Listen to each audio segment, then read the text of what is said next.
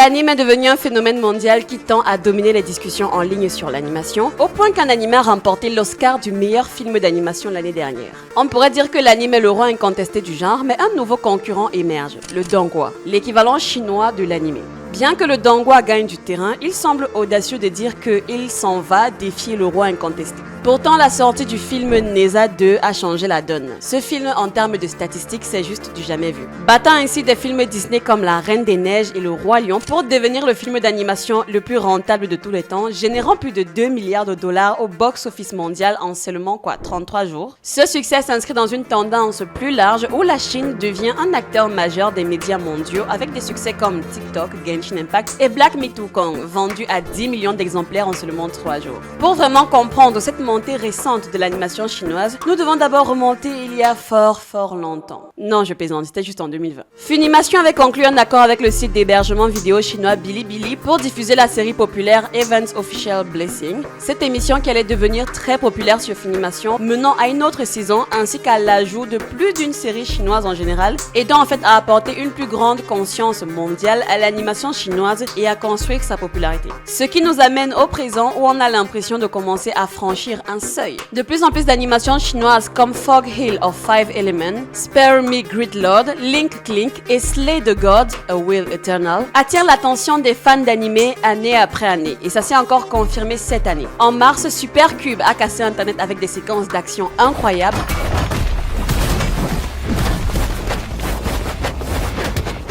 Et seulement quelques semaines après est sorti Toby Hero X et il a poussé le donghua encore plus loin. Certains de ses plans d'action ont l'air absolument irréalistes et la toute nouvelle série à atteindre ce sommet est donc Toby Hero X, réalisé par le même gars qui a fait Link Clink. Si vous n'avez pas regardé Link Clink, vous devriez absolument le faire. C'est l'une des meilleures séries télévisées d'animation de tous les temps. Du moins, la saison 1 en tout cas a tout pour vous convaincre. Ça a été une dinguerie. J'ai passé une nuit entière vraiment à dévorer chacun des épisodes comme jamais. Elle a des cliffhangers incroyables, une excellente écriture, un super drame et de superbes séquences d'action. Et je peux vous assurer que vous pouvez avoir une entière confiance en ce réalisateur car il nous a également livré quelque chose de fabuleux sur Toby Hero X. Juste pour vous dire à quel point c'est complètement what the fuck, parlons un petit peu de l'intrigue. En gros, le point principal c'est qu'il y a un système de pouvoir vraiment cool où la quantité de confiance que les gens ont en vous, dans le monde en général, mène au renforcement de vos capacités. Ainsi, les super-héros qui ont beaucoup de notoriété et connus pour faire une certaine chose verront ces capacités améliorées si beaucoup de gens leur font confiance, ce qui est un système de pouvoir tellement cool, mais qui a aussi des inconvénients, ce que j'adore. En ce qui concerne les personnages et l'univers en règle générale, je pense qu'il a absolument visé juste. Pour commencer, nous avons notre personnage principal qui est juste un gars moyen et ennuyeux, mais qui réalise essentiellement des publicités pour ses super-héros. Pensez-y juste 2 secondes. Des publicités dans un monde où tout est dicté par la confiance sont très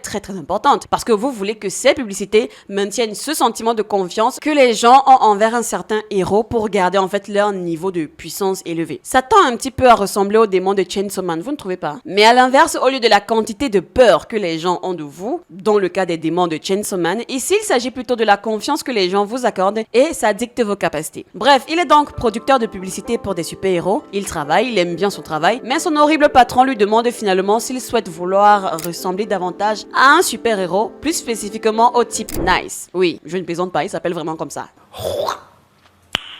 Nice. Et par un pur coup du sort, l'employé désormais licencié rencontre le héros Nice qui lui donne sa pose signature avant de se tuer. Oui, c'est vrai que c'est très bizarre dit comme ça. Il saute littéralement d'un building et meurt dans le premier épisode. Waouh, ok. C'est là que les choses deviennent carrément folles. Si vous avez regardé Link Clink, vous savez que le réalisateur et scénariste de la série, je ne sais pas, j'ai l'impression qu'il saupoudre un peu du crack dans tout ce qu'il fait. Il adore nous retourner le cerveau en gros. La façon dont il gère les cliffhangers, la façon dont il écrit les points de l'intrigue pour vous garder engagé jusqu'à la fin est juste incroyable.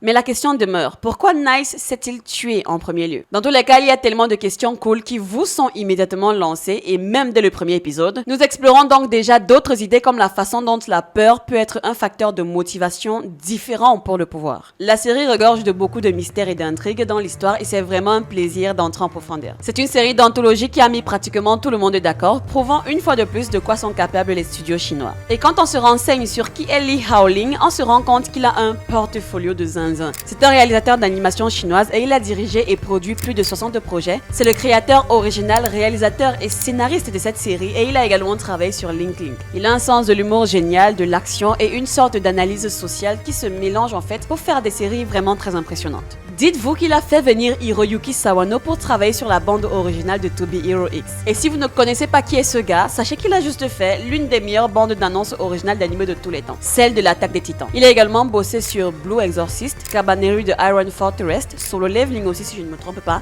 Bref, le mec a un sacré palmarès de projets. Sans oublier que ces studios d'animation sont tous très prestigieux. Évidemment, le studio d'animation LAN est impliqué, c'est le même qui a fait Link Clink et qui a d'ailleurs un tas de scènes d'action géniales. Mais ils ont aussi Pepper Plane Animation Studio. Si vous ne savez pas ce que c'est un studio d'animation CG qui a aidé Riot Games à faire la série Star Guardian pour League of Legends. Vous avez également PB Animation qui a été fondé en 2015 en Chine. Ils ont fait une tonne de superbes animations nettes et ils ont travaillé là-dessus pour le rendre davantage magnifique. Bilibili, comme je l'ai dit en début de vidéo, qui est un énorme sponsor de tout ça. C'est essentiellement en fait la version chinoise de YouTube.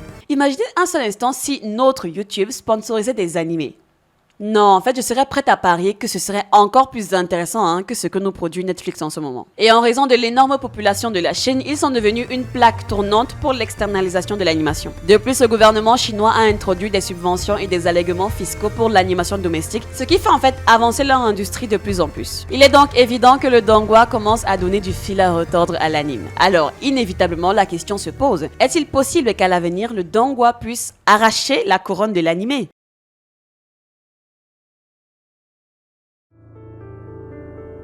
L'une des personnes les plus notables que j'ai entendues s'exprimer sur ce sujet est Masao Maruyama, le légendaire producteur d'anime et fondateur de MAPPA. Lors d'une interview en 2023 avec l'agence France Presse, il a déclaré qu'à l'avenir, il pourrait voir le donghua dépasser la place de l'anime sur le marché de l'animation asiatique. Citant bien sûr l'obsession toujours croissante du Japon pour la commercialisation comme un obstacle à la fois à la quantité et à l'originalité. Maruyama n'est pas le seul à avoir exprimé cette opinion. Terumi Nishi, la directrice de l'animation pour le film Jujutsu Kaisen, a également partagé des inquiétudes similaires dans un tweet de 2024 où elle dit « La jeune génération chinoise semble plus humble et passionnée par l'anime. Avec des fans d'anime accédant à des postes de direction, il y a un réel désir de s'améliorer. Le Japon va probablement perdre. La Chine a l'ambition de s'améliorer qui manque au Japon ainsi que les ressources. » Et c'est un excellent point. Je ne sais pas combien d'entre vous l'ont remarqué, mais la Chine est vraiment giga grande. Ils ont l'un des plus grands marchés et c'est le deuxième PIB le plus fort de tous les pays du monde, juste en dessous des États-Unis. Et ce n'est pas vraiment une compétition de ce côté. Grâce à cela, la Chine est intrinsèquement capable d'injecter de plus en plus d'argent dans son industrie de l'animation. Non seulement parce qu'elle a un marché naturellement vaste, mais parce que le gouvernement encourage la croissance de l'industrie. Ils ont régulièrement déployé plusieurs programmes et incitations pour aider à soutenir l'industrie de l'animation, tant au niveau national que régional. Dans leur 14e plan quinquennal, ils ont noté que l'industrie de l'animation est incroyablement importante pour eux et qu'ils continueraient donc à encourager sa croissance par des choses comme les financements spéciaux et des incitations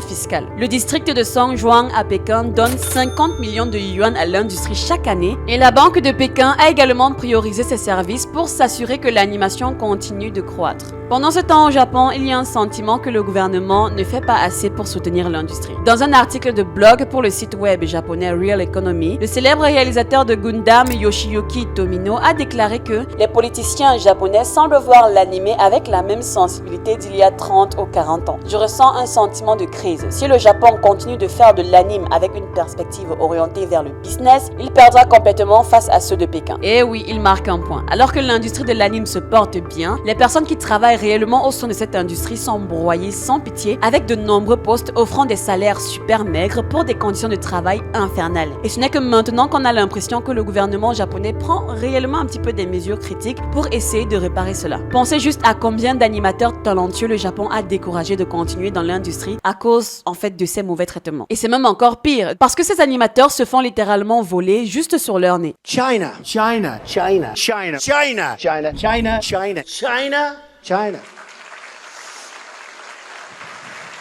La Chine. Selon Daikima, un analyste éminent de l'industrie de l'anime, les studios d'animation chinois offrent jusqu'à le triple de ce que les studios japonais payent. Et dans certains cas, cela peut même être jusqu'à 100 fois plus. Selon le vétéran de l'industrie Jun Arai, pour la Chine dont le marché est en expansion, il y a un besoin d'animateurs japonais. Pouvoir payer 3 fois le salaire que le Japon offre, il n'est pas surprenant que les Japonais préfèrent y travailler, causant donc une fuite massive des cerveaux. Il n'est pas étonnant aussi de voir que tant d'initiés et de vétérans de l'industrie croient que la Chine va prendre le marché. Ils attirent pratiquement tous leurs talents et leur donnent des raisons de ne pas vouloir revenir. Et le truc fou, c'est que ce n'est même pas juste la Chine. La Corée du Sud veut aussi sa part du gâteau. Juste cette année, la Corée du Sud a annoncé des plans d'investir 100 millions de dollars dans sa propre industrie de l'animation, avec l'objectif en fait de concurrencer activement l'anime. Le Japon a donc des ennemis de tous les côtés venant pour sa couronne. Et on ne peut pas dire qu'ils luttent vraiment pour conserver cette couronne quand dans leur tête, pour eux en fait, l'animation n'est pas un chef-d'œuvre à part entière. Pour les manias de l'industrie, l'anime est uniquement considéré comme un spot publicitaire pour vendre davantage le manga. Oui, pour le Japon, c'est l'industrie du manga qui est à privilégier car il est malheureusement beaucoup trop important aujourd'hui pour eux pour qu'ils switchent en fait au digital. Alors, que va-t-il se passer exactement?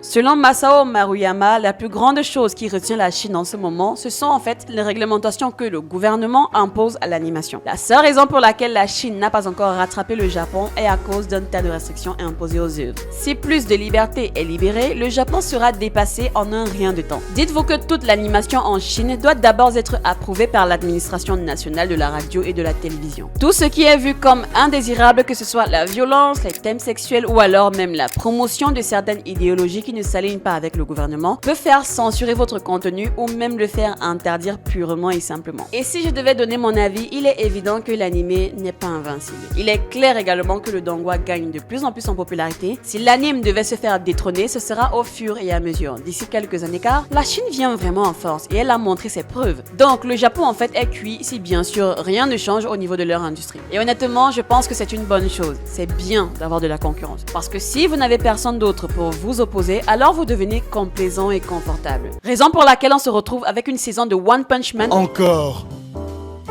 Ça fait beaucoup là. aussi médiocre qu'un chewing-gum collé derrière une basket. En fait, le succès commence déjà à les aveugler au point où ils se permettent de proposer au public un slide PowerPoint pareil, tandis en fait qu'ils sous-payent leurs employés. Bref, c'était Kia. Ici on parle d'animé et de jeux vidéo, alors abonne-toi, lâche un like et n'hésite pas à booster la vidéo pour m'encourager. Merci et à la prochaine.